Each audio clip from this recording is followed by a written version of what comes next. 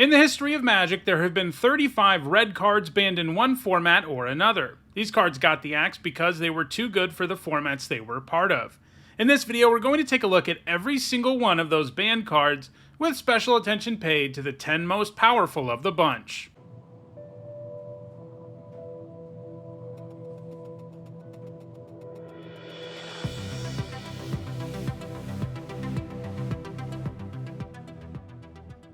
Hi everyone, I'm Hone, and welcome to another MTG Top 10, the series where I rank cards based on their historical performance and Magic's highest level of competition. Today, we're going to look at Magic's most overpowered red cards. Most of the time in this series, I use a scoring system to reward cards for top-8ing major events, but sometimes I like to do one of these most overpowered top 10s, where I throw that scoring system out the window, and instead I look at cards that are simply the most powerful in a particular category.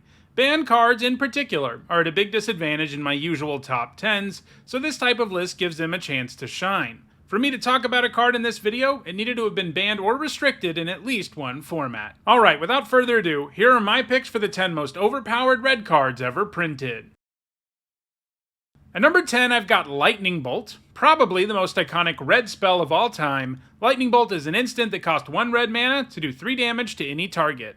Lightning Bolt was printed in Magic's very first set, and ever since then, it's been a format-defining card in any format it's ever been legal in. People often have to take into account whether their creature can survive a bolt, and if it can't and costs more than 1 mana, it can be a liability to play that card since Lightning Bolt is so ubiquitous. This is colloquially referred to as the Bolt Test. Despite all that power, and its ability to warp formats to an extent, it's definitely the most fair card on this list. After all it is a super efficient burn spell. It's generally just going to give you a 1-for-1 or finish off your opponent.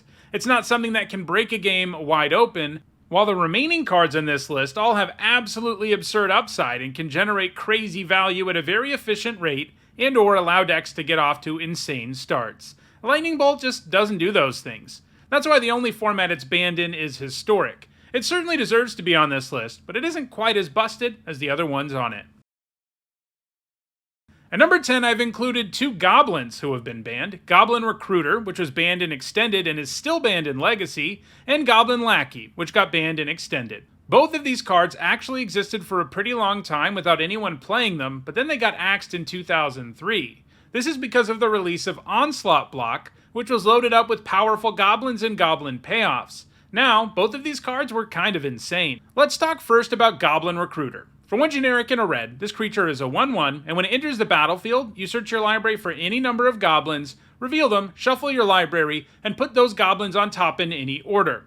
So the Recruiter can tutor up tons of goblins and stack your deck. Sure, it doesn't put them into your hand, but it's pretty easy to abuse a Recruiter's enter the battlefield ability, especially when you stack your deck the right way with Food Chain in play. Food Chain is an enchantment that lets you exile a creature you control, and when you do, you add X mana of any one color, where X is 1, plus the exiled creature's mana value. You can only spend that mana on creature spells. So, you could decide the makeup of the entire top of your deck, and that meant you could stack it with layered Goblin Ringleaders, which would always hit nothing but goblins. Then you could sacrifice the Ringleader for 5 mana, put the goblins you drew into play, including another Ringleader. Goblin War Chiefs would lower the cost of your Ringleaders and give your whole board haste, and Goblin Pile Drivers would make sure a single attack was enough to kill your opponent. Basically, if you had Recruiter and Food Chain in play, you had a combo that was unbeatable, and you could go off in the extreme early game. It also didn't help that the combo kind of took a while to go off, something that Wizards never loves since it slows down tournaments. So the Recruiter got banned and Extended for enabling the combo, and Legacy not long after that, and it's never been unbanned in the latter. There is an argument out there that unbanning the Recruiter would be fine in Legacy today, and that may be true, but it was certainly an insanely powerful card in the Extended and Legacy formats of the mid-2000s. Now let's look at the Lackey. Goblin Lackey didn't enable insane combos, it just enabled insane starts. For 1 red mana, it's a 1/1, and when it hits your opponent, it lets you put a goblin in your hand on the battlefield. It was easy to play it on turn 1, obviously enough, and you had War Chiefs that could give it haste, so even in the later stages it was pretty easy to get in for a hit, and when you did that you could drop Siege Gang Commander or Goblin Ringleader on the battlefield on turn 2, and both of those generate so much value that it's hard for your opponent to come back. The Lackey is definitely less broken than the Recruiter, since it doesn't enable a game-winning combo, but getting one of those creatures on the board on turn 2 is pretty close to game ending too. These days the Lackey is unbanned, and it's still seeing play in Legacy Goblins. At number 8, I've got Fable of the Mirror Breaker, which has been banned in both Standard and Alchemy. For 2 generic and a red, you get a Saga. This means it enters with a lore counter, and you get another lore counter after your draw step each turn, and anytime it gets a lore counter, you get the effect of the chapter with a numerical value equal to the number of lore counters. In other words, the turn you play it, you get a 2/2 goblin that makes a treasure when it attacks. The next turn you can discard up to 2 cards and draw that many cards, and the turn after that it transforms into Reflection of Kiki Jiki, a 2/2 that has an activated ability. You can pay 1 generic and tap it to make a token copy of a non-legendary creature you control and give it haste, and it gets sacrificed at the beginning of the next end step. Fable of the Mirror Breaker was underrated by many when it made its debut, and at first glance it might not seem that great. I mean, you only get a 2/2 right away, right? And you spent 3 mana on it. Well, that's true, but the amount of value you get out of this card is nuts. In the end, you pay 3 mana for 2 2/2s with lots of upside and Faithless Looting stapled to it.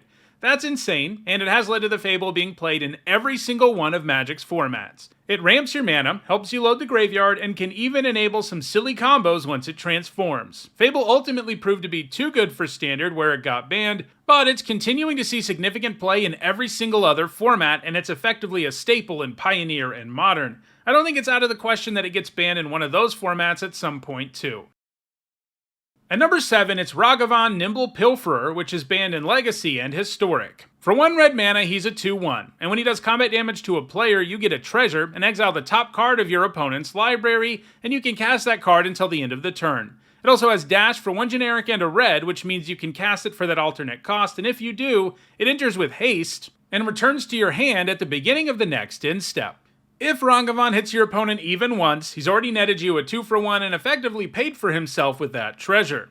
And him getting in for a hit is made extra easy since he only costs 1 mana and he has dash. Ragavan was printed in Modern Horizons 2, which means the only paper 60 card formats he's legal in are Modern, Legacy, and Vintage, but he's so good that he's had a massive impact in all 3 formats. In fact, his impact was so big in Legacy that he's banned there now. Modern and Vintage continue to be formats where he's heavily featured, and he's got a pretty big following in Commander too. In addition to being great in 60-card formats, Ragavan is also one of the best cards in Vintage Cube, a Magic Online cube that features the game's most powerful cards. Luis Scott Vargas is pretty much the expert on the cube, and the only cards he has in front of Ragavan in his pick order are the Power 9 minus Time Twister, Soul Ring, Oko, and Minskin Boo. In other words, it's the top creature in the most powerful limited format too. Basically, if you're playing any format where Ragavan is still legal, seeing someone play him on turn 1 is commonplace, and if you can't answer him before he hits you, there's a good chance you're going to lose. At number 6, it's Tibble Trickery, which is banned in Modern, Explorer, and Historic, and restricted in Timeless. For 1 generic and a red, it's an instant that counters a spell, and then its controller chooses 1, 2, or 3 at random, mills that many cards, and then exiles cards from the top of their library until they exile a non-land card with a different name than the countered spell. Then they can cast that card without paying its mana cost and put the other exiled cards on the bottom of their library in a random order. Obviously enough, Tibble's Trickery is very easy to abuse, and you do that by countering your own spell. In all the formats he's been banned in, it was because you could cast a Cascade card like Violent Outburst or Throes of Chaos, and if your deck is built correctly, you can make sure you're always cascading into Tibble's Trickery, then you can use Trickery to actually counter the Outburst, which then gives you a random spell. At which point, if the deck is built correctly, Trickery will usually cheat a massive creature into play like Emrakul. It can also hit another Cascade spell, but then you get another spin of the wheel. The combo can whiff occasionally if you hit another Trickery with a Trickery, but most of the time it powered out a very early unbeatable creature, which ended tons of games before they ever really got started. So it had to get banned in several formats. Getting restricted in Timeless is particularly notable. That's Magic Arena's version of Vintage. In other words, every card on Arena is legal and no cards are banned, only restricted to 1 per deck. There are only 3 cards on that restricted list, and Trickery is restricted alongside Channel and Demonic Tutor, 2 of the most powerful cards ever. At number 5, I've got World Gorger Dragon. Over the years, it's been banned in Legacy and Commander. For 3 generic and 3 red, it's a 7/7 Nightmare Dragon with flying and trample. When it enters the battlefield, you exile all other permanents you control, and when it leaves the battlefield, you return the exiled cards to the battlefield under their owner's control. If you weren't playing Legacy around 2004 and 2005, this card might just look like a really, really bad dragon. I mean, how is losing your permanents worth getting this body? And you'd be right on the face of it. except that World Gorger Dragon enabled a completely broken combo in Legacy.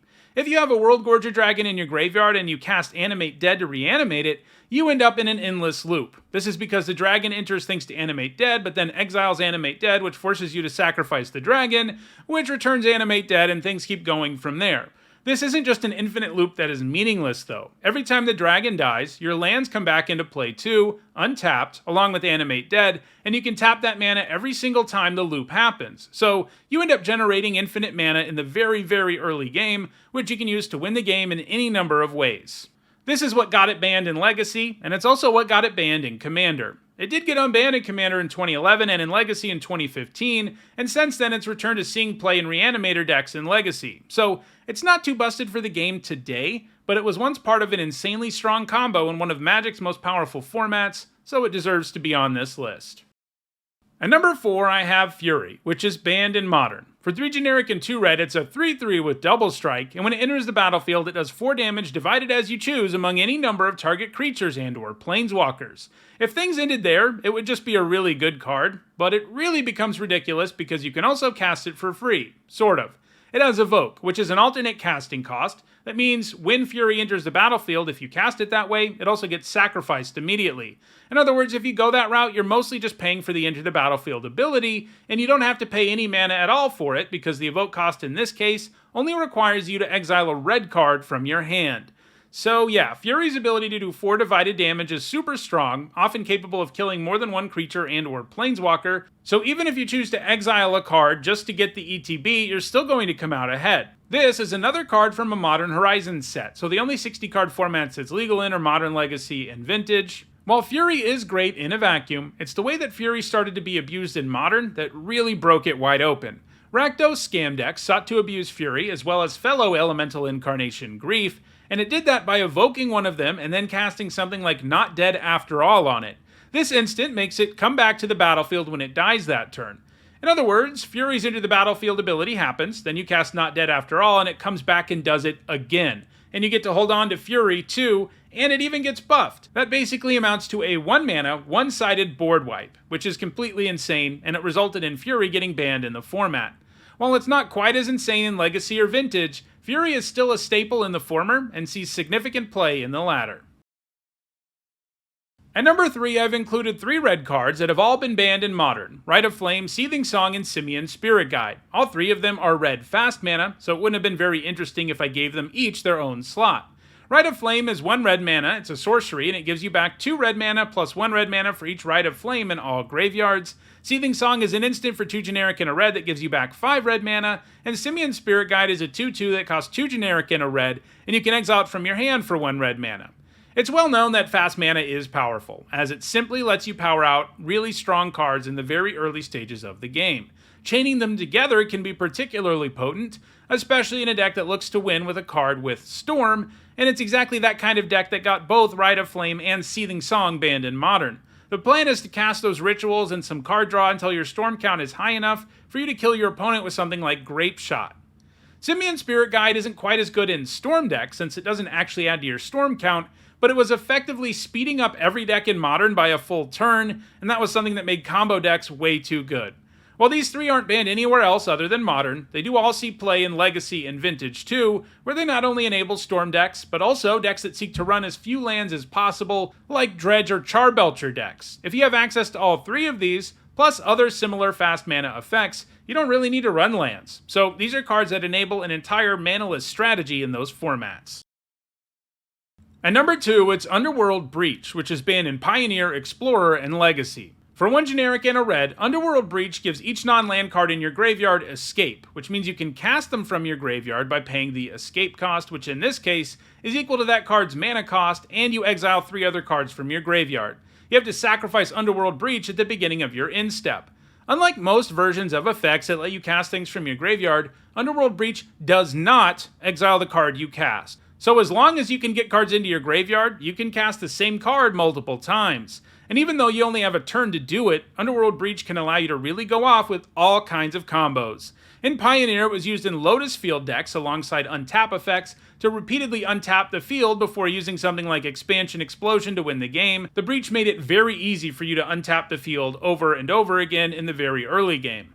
In Legacy, it could be combined with Lion's Eye Diamond and Brain Freeze to win games. You did this by targeting yourself with the freeze until you had enough cards to cast the LED over and over and over again, and then you target your opponent with the Brain Freeze that's in your graveyard to mill their entire library. Breach remains legal in both Modern and Vintage, where it's continuing to power up decks there. It does this in Vintage and Storm decks, and in Modern it's used in a wide variety of decks, including Lotus Field and Murktide. Underworld Breach is arguably the best card ever printed for comboing off with your graveyard, and it's certainly the second most broken red card ever printed. Before we take a look at the number 1 card on this list, let's take a quick look at the other red cards that have been banned in at least one format but didn't make the list. Let's start with a look at 4 red cards that got banned in Magic's very early days for some kind of funny reasons. First, there's Orcish Oriflamme, which got banned because of a misprint. In Alpha, it was only 1 generic and a red, but they wanted it to be 4 mana. The rules at the time allowed people with the Alpha version to just pay less mana, so they banned it to get around this quirk. It didn't remain banned for long because they made it so the Oriflamme could only be cast for 4, and then they unbanned it a month later. Rook Egg got banned because of a lack of clarity in the text box. The original printing of the card says you get a 4/4 flying token if the egg goes to your graveyard. Early players interpreted this as going to the graveyard in any way, including if you kept a 7-card opening hand and just had to discard to get down to the 7-card maximum. So you could get a 0 mana 4/4 flyer every turn. As with Oriflamme, they quickly unbanned it after clearing up this mistake. Fallen Star got banned because it's a dexterity card. In other words, it's a card that has an effect based on how well you can flip it over the board. They quickly decided this kind of effect was out of place in Magic, and it's remained banned ever since. And lastly, there's Ali from Cairo, a card that they thought was too powerful because they didn't like the idea of forcing players to play with removal. If Ali is in play, you just can't win, and they really didn't like that. He actually remained banned for a few years. Next, let's look at the 2 red cards that have been banned in Commander at one time or another, Heartless Hidetsugu and Worldfire. Hidetsugu was only very briefly banned in 2006. He got the axe at the time because they simply thought this effect hurting all players was too good in a multiplayer format. But ultimately, they realized he didn't really need to be banned. After all, he's not exactly efficient, and it takes a turn for him to use his ability most of the time. Worldfire got banned for similar reasons. It has a massive effect on all players, and it's not that hard to manufacture a win with it. It was ultimately banned between 2012 and 2021, getting unbanned because it took enough work to set it up that it was no longer a serious concern. Let's take a look now at the red cards that are banned in Pauper only. Empty the Warren, Grape Shot, and Galvanic Relay are all Storm cards that it's way too easy to win with in Pauper. It's a format where only commons are legal, but there are enough common rituals and card draw that you can get your Storm count through the roof and get insane value when you cast any one of these. All 3 of them are still banned in Pauper right now. Monastery Swiftspear is also banned in Pauper, and of the Pauper banned cards, it's the only one that was at all close to making this list because it's also a great 1-drop in pretty much every other format it's legal in. Stirring Bard is also banned in Pauper. Lots of common cards that take the initiative are banned in the format. Like with Storm, initiative is just too powerful for a format like Pauper. It gives you some really insane value over the course of a game as you delve deeper into the dungeon. Now, let's look at 3 red cards that have been banned that weren't particularly close to making the list, but were certainly closer than everything we've talked about so far, other than Monastery Swiftspear. Those 3 cards are Splinter Twin, Punishing Fire, and Rampaging Ferocidon. Splinter Twin got banned in Modern because it enabled an infinite combo alongside Pestermite and similar creatures, since you could just untap the enchanted creature every time you made a new token. While this was certainly strong and warped the format to a degree, and many players, both then and now, don't think the deck was ever too good. I wouldn't be super shocked if it got unbanned at some point in the near future, as it feels like Modern has really passed Splinter Twin by. Punishing Fire got banned in Modern because of how it combines with Groves of the Burnwillow. You could very easily get it back by letting your opponent gain life, and this meant if you had the mana, you could just pick off smaller creatures with an insane value engine. Like Splinter Twin, it's still banned in Modern now, but it feels way too slow to be that good in the format today.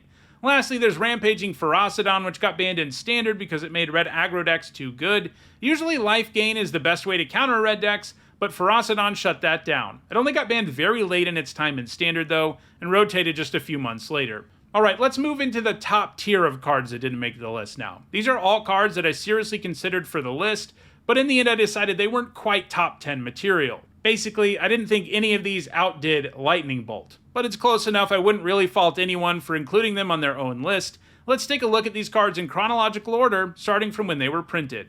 First, there's Curdape. He was arguably the best 1-drop in the game in the 1990s, as he was often a 1-mana 2/3, which was insane at the time. He was super heavily played in all the formats he was legal in and ultimately got banned in Extended. I seriously considered including him because he was such a feared creature for so long, but even back then the ape wasn't exactly broken, just really efficient. Next, there's Blood Moon, which is one of the best ways to hose opponents' lands. It turns all non-basics into mountains. Blood Moon's power wasn't immediately evident, but over the years it has become more and more powerful as better non-basic lands have been printed, and it's heavily played in every format it's legal in. Ultimately, I decided I didn't want it on the list because it's only been banned in Historic, where it got preemptively banned because they didn't want to have such a strong land hoser in the format. It's a strong card for sure, but I don't think it feels broken. After that, there's Sneak Attack, which is banned in Historic. It's been a fixture in Legacy for the last 20 years or so, because it's one of the best ways to cheat creatures into play that can alter the game in a single swing, like Emrakul. It would have allowed some way too fast wins in Historic, so it got preemptively banned there. Next, there's Burning Wish. It's a sorcery that grabs other sorceries from your sideboard. It's been banned in Commander and Legacy and restricted in Vintage, but it's legal in all those formats these days. The Wish was considered too good for combo decks for a while, since it was effectively a tutor that could really get your storm count going. For a while, you could even grab cards in exile with wishes, including your other Burning Wishes, which made it even more powerful. Next, there's Faithless Looting, which was really warping Modern back in 2019, with all the best decks in the format being graveyard decks, which could easily take advantage of drawing and discarding so efficiently. If you can get value out of the cards you discard when you cast this, Looting almost feels like a 1-mana draw for, and that's how it was starting to look in Modern, so you can understand why everyone was playing Faithless Looting decks at the time, and that's why it had to be banned. Next, there's Fires of Invention, which got banned in Standard and Historic. This enchantment allows you to cast 2 spells a turn for free, provided it's your turn and the spells you want to cast have a mana value less than or equal to the number of lands you control. Obviously, powering out 2 free spells a turn is nuts, even with those restrictions. Fires decks would quickly ramp and play insanely strong cards that were unbeatable in the early game, and it also often used creatures with activated abilities, so you still had something to use your mana on. Lastly, there's Geological Appraiser, which got banned in Pioneer and Explorer in late 2023. It was being powered out on turn 3 using Treasure, in decks that didn't have any other cards a Discover trigger would hit, apart from Clones, which would allow you to get the ETB trigger again, and other cards with Discover, and crazy expensive cards like Magma Opus. So you would either end up chaining a bunch of Discover together until you gave your whole board haste and swung with everything, or you'd hit a crazy spell like the Opus on turn 3. Either way, you usually won the game on turn 3 with the deck, and that was too fast for the format, and it could also do it very consistently, and that's why Geological Appraiser got banned. Alright, with those honorable mentions out of the way, there's only one banned red card in all of Magic history that I haven't mentioned in this video, and that card is, of course, Wheel of Fortune, which has been banned or restricted in every format it's ever been legal in. For 2 generic into red, this sorcery makes each player discard their hand and draw 7 cards. Drawing 7 cards with 1 card is insane, and while this is symmetrical, breaking its symmetry isn't that hard. That's because you're the one who decides when to cast the wheel, so you can always do it at an advantageous time. For example, if your opponent has more cards in hand than you, or you have a bunch of mana that will let you cast your new cards on your turn before passing to your opponent. If you're a graveyard deck, discarding the cards you do have can also be hugely advantageous. The wheel is particularly potent in combo decks, which can potentially chain more effects like it together, and that's the big reason Wheel was one of the first cards ever restricted in competitive Magic. If you can chain multiple wheels together, the game's pretty much over.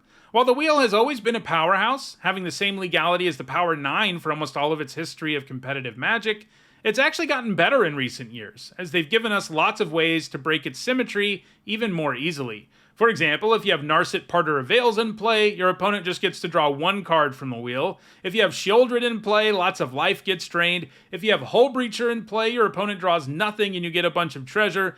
And if you have Orcish Bowmaster in play, you get to ping a bunch and make a huge creature token. So, the single copy of the wheel that is permitted in Vintage is frequently played, including decks focused on wheel effects. Wheel of Fortune was the most busted red card in the game when Alpha came out, and I think it's still the most broken red card ever printed today.